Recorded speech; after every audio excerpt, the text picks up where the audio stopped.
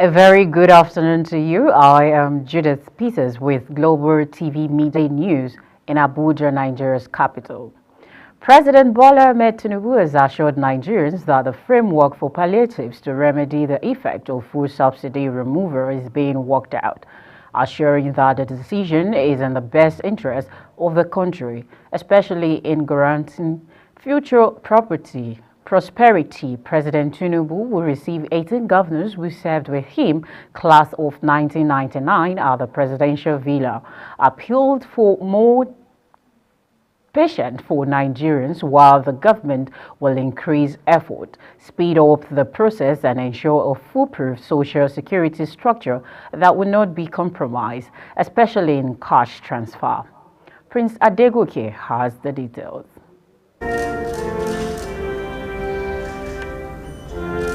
President Tinubu noted that the country will not make meaningful progress without fixing electricity, assuring that his administration will harness gas resources and explore every opportunity to ensure stable power generation and supply. The president assured the governors and Nigerians that he will work towards unity, equity, stability, and prosperity of the country. The former governors urged the president to pursue his vision for a greater Nigeria with vigor, steadfastness, and resilience, trusting their support for development policies and promising to provide the necessary social structure for actualization. As you all know, every one of us that is here was a governor from 1999.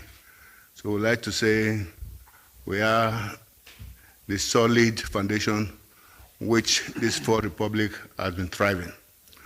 We came to congratulate Mr. President and also to thank him for making one of us the Secretary to Government. We came to assure him that he has our full support and prayers for the bold steps he has started to take, for his initiatives, and also let him know that this is beyond party politics. We are not talking about the project Nigeria.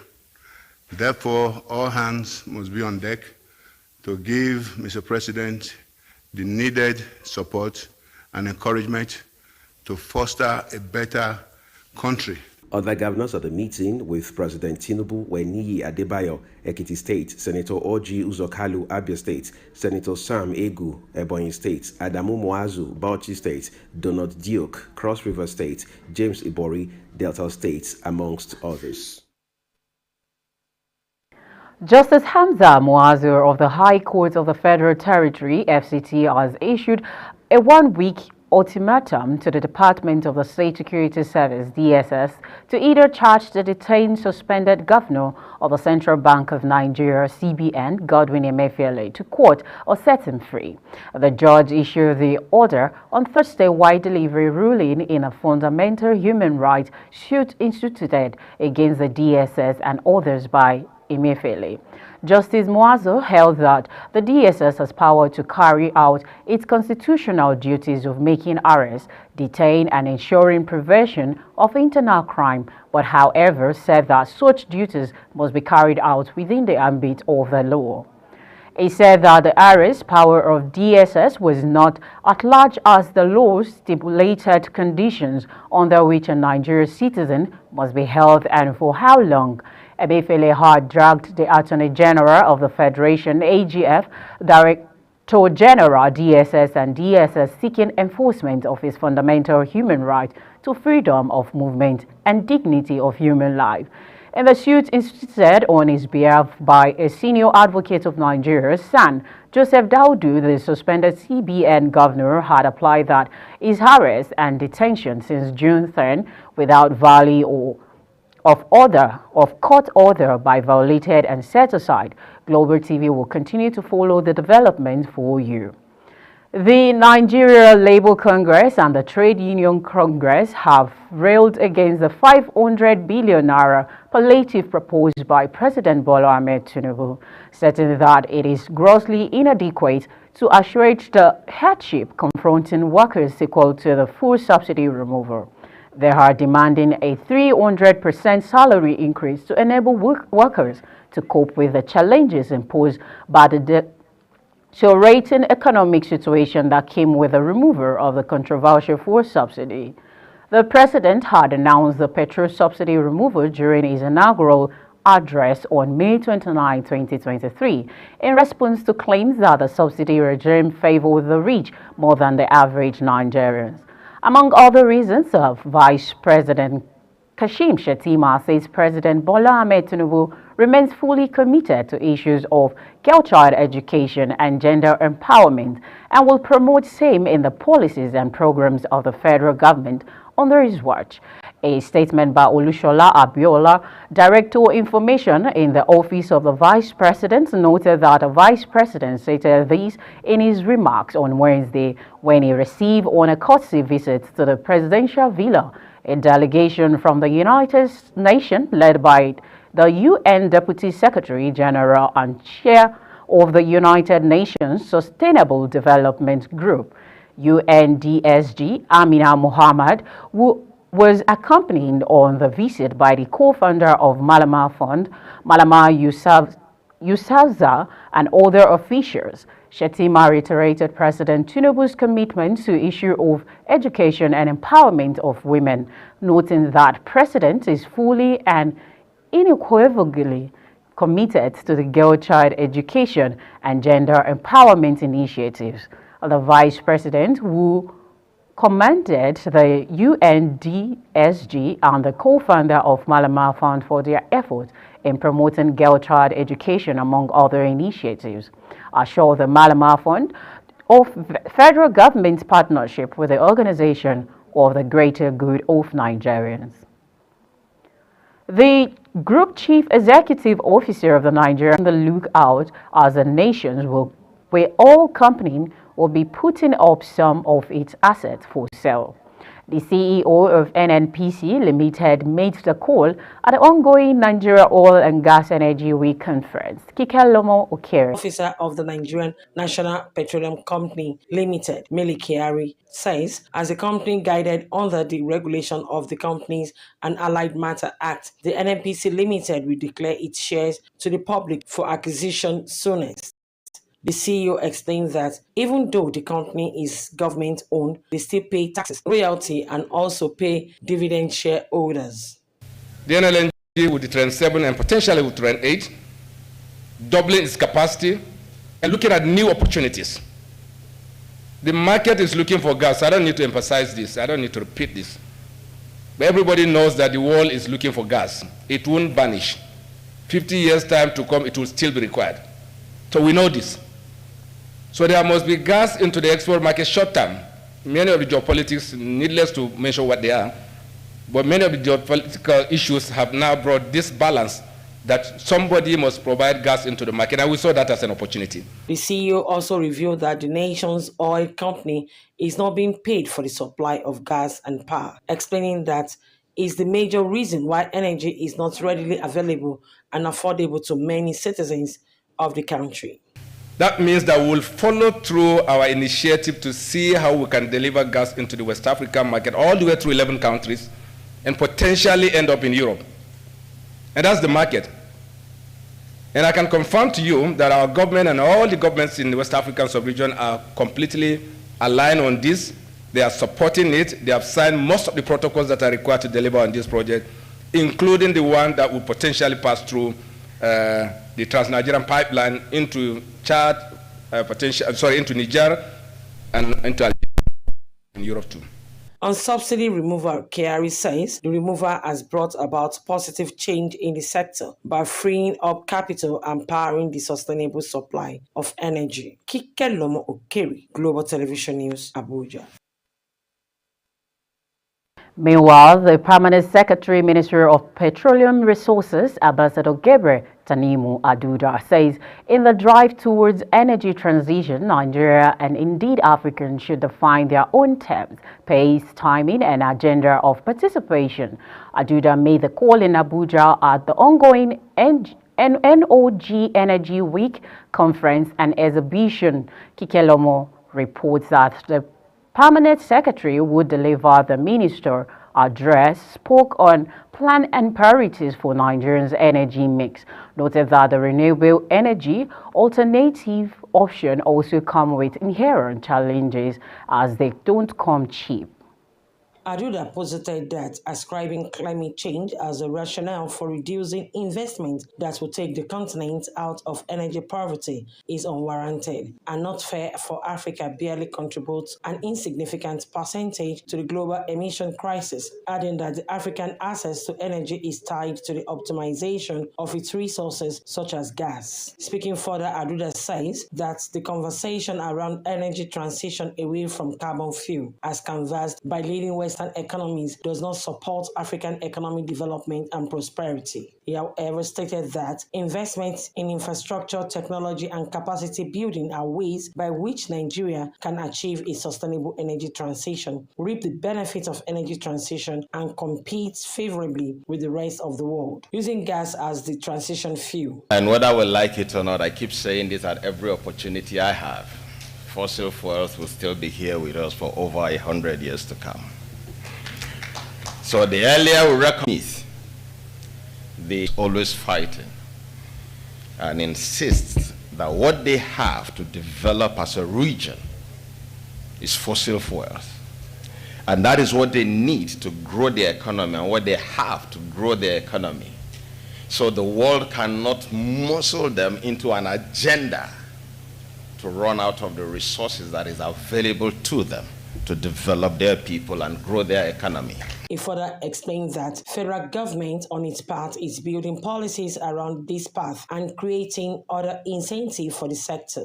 Naira Intervention Fund in the oil and gas industry, the midstream and downstream gas infrastructure fund established by the Petroleum Act, and the Ajaokuta Kaduna Kano 614-kilometer long natural gas pipeline. Africa is rich in natural resources. Natural gas is our forte at this point in time. So the whole talk about transition, we understand. We are not saying we do not want to go along with the world, but we think we should be able to do that at our own pace, at our own timing, draw up our own agenda as Africa, and not to be muscled up into rushing out of what God has given us as a natural resource, which is what we need to even prepare for and fund the transition itself.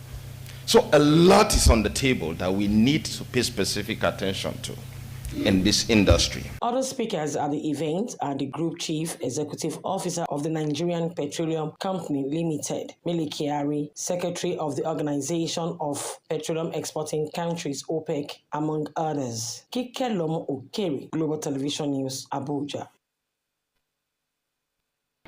Senate leadership has resolved to pay a congratulatory visit to the President Bola Ahmed Tinubu on his emergence as chairman of the Economic Community of West African States, ECOWAS.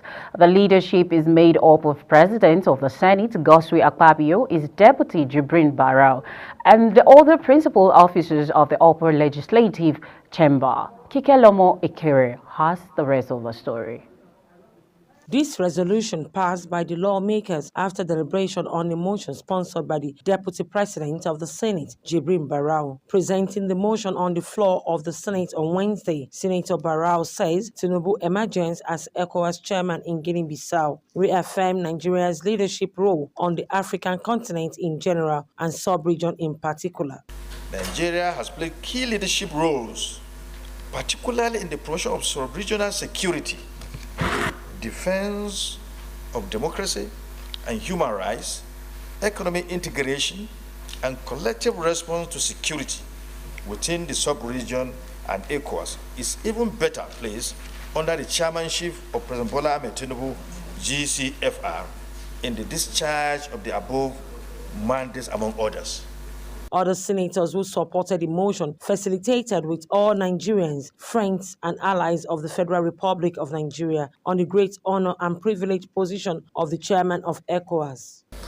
Well, Mr. President, distinguished colleagues, we have a cause to celebrate that our president has been made the leader of ECOWAS. Mr. President, one way that this Senate, and indeed the National Assembly, will help Mr. President lead the ECOWAS is through ECOWAS Parliament. We have the Parliament, and I'm sure you will soon reconstitute the membership of the Parliament. issues that are germane to us, and indeed across the ECOWAS community, must be at the front burner. And for us, security, infrastructural development, and these are some of the issues that Mr. President himself has championed before and has promised to champion. Elected as president is wonderful, but we also know that these are more of, they rotate from time to time. What I found exciting and worth commending is not the fact of his election. It is the boldness with which he spoke, the confidence with which he spoke, and denounced the idea of one after the other coup plotters infiltrating to the sub-region, and his commitment that the West Africa sub-region must defend democracy, and that he will provide leadership for all of those things. It's not going to be stopping this. We are still expecting that before Nigeria plays a leading role in Africa, but Nigerians have been going behind in playing international politics. And international politics means respect for our citizens, means respect for our passport, means also respect to dignity of labor of Nigerian people working in other countries. So I congratulate President on Nigerians in most West African countries. Pointed out that once we pass through the door into the chambers, we drop the issue of minority and otherwise. We are all senators of the Federal Republic of Nigeria. And that is why there is a unanimity of opinions here, because the honor done to Mr. President is an honor done to the entirety of Nigerians and to all of us. The Senate further urged member countries and their parliaments to congratulate Nigeria's president for achieving this new feat at the recently concluded 63rd Ordinary Session of the Authority of Head of State and Government of ECOWAS held in Bissau, capital of Republic of Guinea-Bissau. Kike Lomo Okeri, Global Television News, Abuja. We'll go on a quick break now and be with the rest of the news.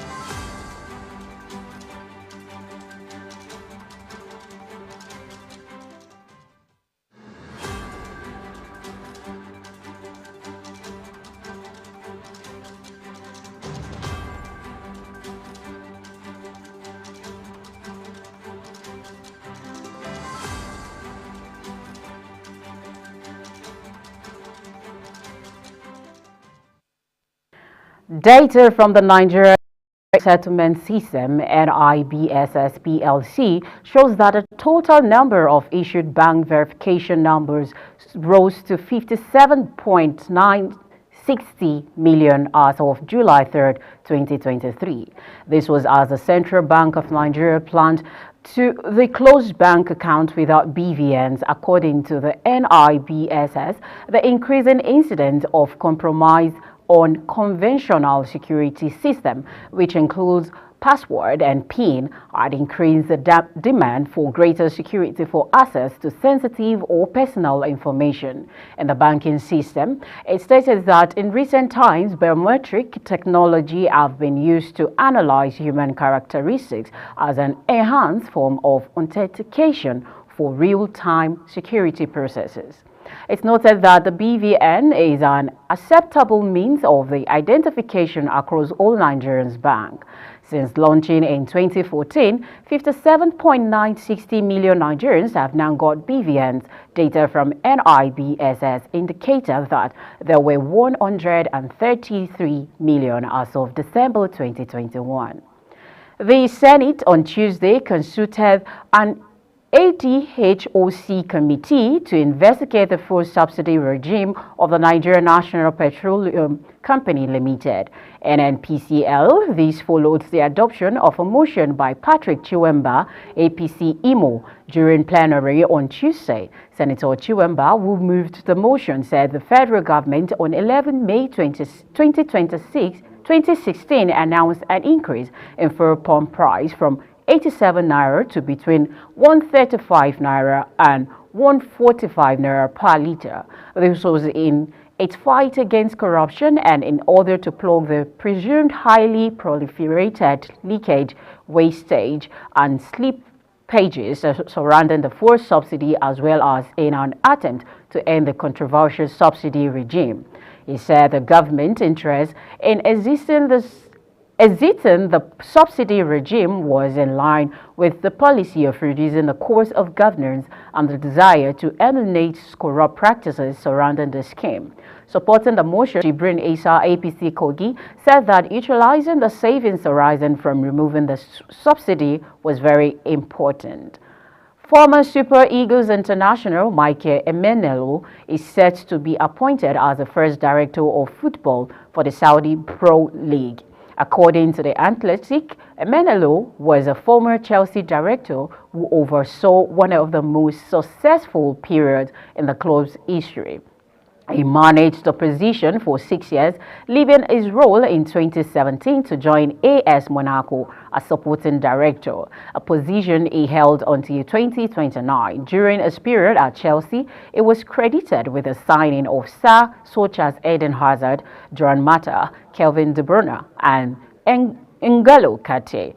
Emenalo is expected to bring his wealth of experience to the league and implement the principles and frameworks seen in the world's biggest league.